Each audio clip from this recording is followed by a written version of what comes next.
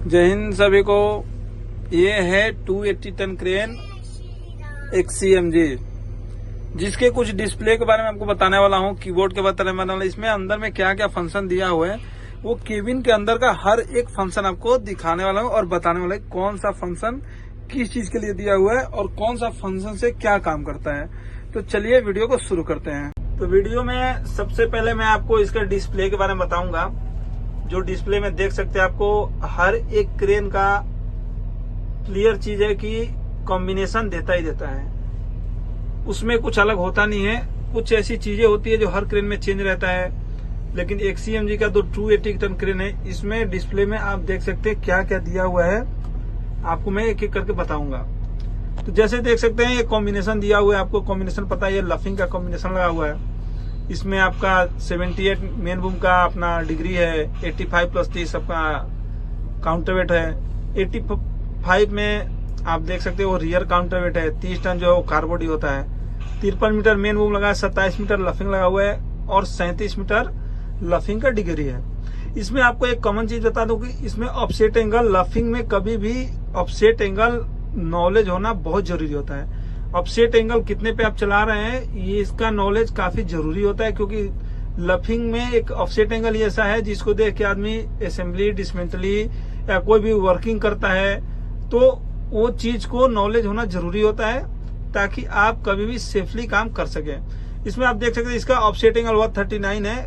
किसी भी क्रेन का ऑफसेट एंगल यहीं पे दिखाता है, क्योंकि मेन बूम और लफिंग का जो डिग्री बनता है उसको ऑफसेट एंगल बोलते हैं, ये आपको पता ही है।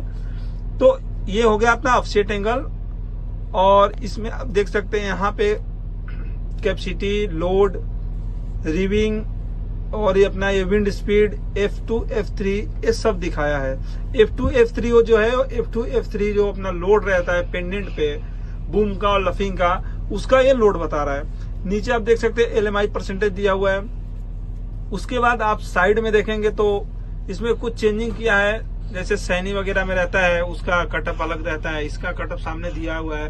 आपका लफिंग का बूम का कटअप होगा तो क्या किसमें रेड आएगा, आपका हुक का कटअप होगा तो किसमें रेड आएगा, आपका ऑफसेट एंगल का कटअप होगा तो किसमें रेड आएगा। तो आपको हर एक चीज दिया हुआ है। यहाँ पे देख सकते हैं, आपको उसका कुछ सिंबल भी बना के दिया हुआ है उसमें। उसके बाद आपको एक और चीज बता देता हूँ कि इसमें देख सकते हैं लेवल का दिया हुआ है। क्रेन लेवल है या आउट ऑफ लेवल है। मेरा क्रेन अभी थोड़ा लेवल से आउट है, इसके लिए वो रेड सिग्नल दिया हुआ है। मैं PTO बंद करके रखा हूँ, इसलिए यहाँ पे ड्रम आप देख सकते हैं बंद दिखा रहा है, ऐसा कुछ है नहीं। यहाँ पे देख सकते हैं PTO को बंद करके रखे हैं, इसके लिए वो ऐसा दिखा रहा है। नीचे में आप देख सकते हैं RPM दिया है, हॉर्स मीटर दिया हुआ है, डीजल का गेज दिया हुआ है। बाकी आपका कौन सा में कितना प्रेशर है, कितना टेम्परेचर है, वो सब दिखा रहे हैं, नीचे में देख सकते हैं। आप नीचे आएंगे तो आपको कीबोर्ड के बारे में कुछ नॉलेज दूंगा। जैसे कि ये कीबोर्ड हो गया, कुछ इधर भी रहता है जो इसमें ज्यादा कुछ है नहीं। ये देख सकते हैं साइड में जो दिया हुआ है वॉल्यूम टाइप का, ये आपका हो गया ड्रम का कंट्रोलर बोले तो। यहाँ पे देख सकते हैं दिया हुआ है, यहाँ से मेन देखेंगे तो आपको दिया है main winch, fine motion controller. Main winch का ये है, AUX विंच का है, लफिंग विंच का है और स्विंग का है ये। तो ये आप जिस मोड में जिस स्पीड से चलाना चाहते हैं उस स्पीड से इसको आप एडजस्ट कर सकते हैं। आप चाहे तो इसको कम कर सकते हैं। यहाँ से ये मैं पूरा फुल करके रखा हूँ इसको, ये मेन विंच को कम कर सकते हैं और यहाँ से इसको बढ़ा भी सकते हैं। और आपको स्विंग का भी स्लो करना है, जितना स्लो करना स्लो कर सकते हैं, फास्ट करना फास्ट करना कर सकते हैं लफिंग का। उसके बाद से आपका हो गया ये थर्ड ड्रम बोले तो बूम वाला ड्रम का। उसके बाद से कीबोर्ड में आप आ जाएंगे तो कीबोर्ड में देखने को आपको मिलेगा ये वाला जो एरिया है आपका कीबोर्ड का, देख सकते हैं ये साइड वाला एरिया। इसमें कुछ ज्यादा खास एरिया नहीं रहता है, लाइट वगैरह वाइपर वगैरह का रहता है। और ये एक बटन है जिससे अपना क्रेन को बंद किया जाता है, शट डाउन किया जाता है। तो ये रेड बटन जो है ये अपना XCMG में ही देखने को मिलता है, ठीक है। उसके बाद से आप जो राइट साइड में जो कीबोर्ड है, इसमें एक एक बटन के बारे में आपको बताऊंगा कि कौन सा बटन से क्या होता है। तो सबसे पहले आप यहाँ पे देख सकते हैं जो एक सेटिंग का सिंबल दिया हुआ है, ये अपना है असेंबली मोड ऑन करने वाला बटन। इसको आप ऑन करेंगे तो आपका हाइड्रोलिक सिस्टम काम करना चालू करेगा। उसके बाद आप ड्रम का देख सकते हैं, ये सब बाईपास करने के लिए होता है। ऊपर में 3 बटन दिया हुआ है, वो सिंबल भी बनाया तो उससे भी आपको पता चल जाएगा। ये आपका 1 2 3 4 ड्रम, ये चारों ड्रम का लॉकिंग है। आप इसको जब तक ऑन करेंगे नहीं आपका ड्रम चलेगा नहीं। तो ये आपका लॉकिंग हो गया। सीधी सी बात है कि ऑन करेंगे तो चलेगा, नहीं करेंगे नहीं चलेगा।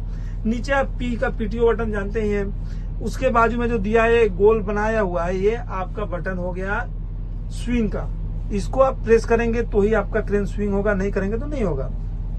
ये वाला ड्रम आप निशान के हिसाब से पता कर सकते हैं कि ये ड्रम को फास्ट करने के लिए होता है, स्लो करने के लिए होता है। ये होता है आपका, इसको आप जैसे दबाएंगे तो आपका हाइड्रोलिक जो फैन होता है ऑन हो जाएगा। लेकिन XCMG में क्या होता है, ऑटोमेटिक हाइड्रोलिक फैन ऑन हो जाता है। ये हर क्रेन में दिया रहता है, अभी नया में ये सब दिया रहता है, क्योंकि आपको जैसे हाइड्रोलिक में ज्यादा हीटिंग आएगा तो फैन अपने आप चालू हो जाता है। उसके बाद से नीचे में आप देख सकते हैं ये दिया हुआ है। तो ये जो 8 बटन है, इसमें आपको एक एक करके मैं बताऊंगा कि कौन सा बटन से कौन सा फंक्शन चालू होता है। ये जो फंक्शन है, ये फंक्शन है, दोनों फंक्शन आपको असेंबली मोड में ही यूज होता है। लेकिन ये फंक्शन ऑन करने से आपका हाइड्रोलिक प्रेशर चालू तो होगा, लेकिन आपका जो रिमोट है वो कनेक्ट नहीं होगा। ये दोनों को जब ऑन करेंगे तो आपका रिमोट कनेक्ट हो जाएगा, ठीक है। उसके बाद आप रिमोट को यूज कर सकते हैं। इसके बाद से आपका ये जो बटन दिया हुआ है, आपको स्लो अगर मार्चिंग कर रहे हैं तो इसको टच करने की जरूरत नहीं है। आपको अगर फास्ट मार्चिंग करना है तो इसको प्रेस करेंगे तो आपका जो कछुआ चाल रहता है वो खरगोश चाल में बदल जाता है और आपका हाई स्पीड में मार्चिंग होने लगता है।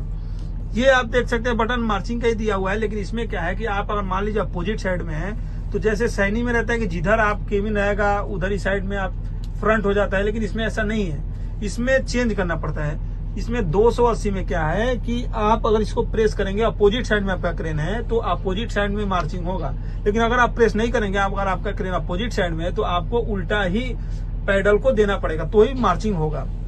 तो ये बटन उसके लिए है। उसके बाद ये हो गया आपका फैन का निशान दिया हुआ देख सकते हैं। ये 2 बटन है, निशान से आप पता कर सकते हैं। तो फिर भी मैं बता दे रहा हूँ, ये दोनों आपको हो गया केबिन को ऊपर करने के लिए और एक बटन नीचे करने के लिए।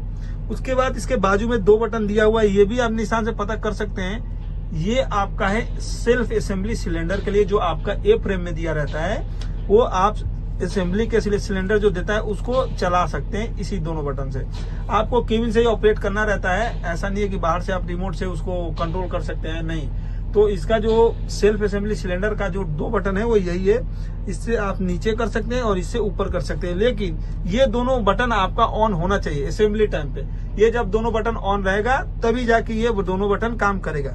ये तो पीटीओ देने से काम करेगा ऐसा नहीं है, लेकिन ये दोनों बटन को ऑन करने के लिए आपको ये दोनों सेटिंग को असेंबली मोड को ऑन होना चाहिए। उसके बाद आप कीबोर्ड के बारे में कुछ नॉलेज ले लिए। आप लेफ्ट साइड में आएंगे तो लेफ्ट साइड में आपको कुछ दिखा देते हैं। लेफ्ट साइड में क्या क्या दिया हुआ है, यहाँ पे एक देख सकते हैं, ये अपना बॉक्स का दिया हुआ है, बाकी ज्यादा कुछ है नहीं। ये आपको पता ही है, इमरजेंसी स्विच दिया हुआ है। इसको प्रेस करेंगे तो आपको इमरजेंसी स्टॉप हो जाएगा मशीन। बाकी इधर में कुछ और भी चीजें हैं जो मैं आपको दिखाने की कोशिश करूंगा, जो कि मैं नहीं दिखा सका। तो ये चीज हो गया अपना, देख सकते हैं वॉल्यूम के जो बाजू में रहता है, ये 3 चीज है एसी का। इसको जैसे आप ऑन करेंगे और ये जो बीच वाला इसको प्रेस करेंगे, आपका एसी ऑन हो जाएगा। ये बटन देख सकते हैं आपको एविएशन लाइट का है। इसको ऑन कर रखेंगे तो एविएशन लाइट जलेगा, नहीं करेंगे तो नहीं जलेगा।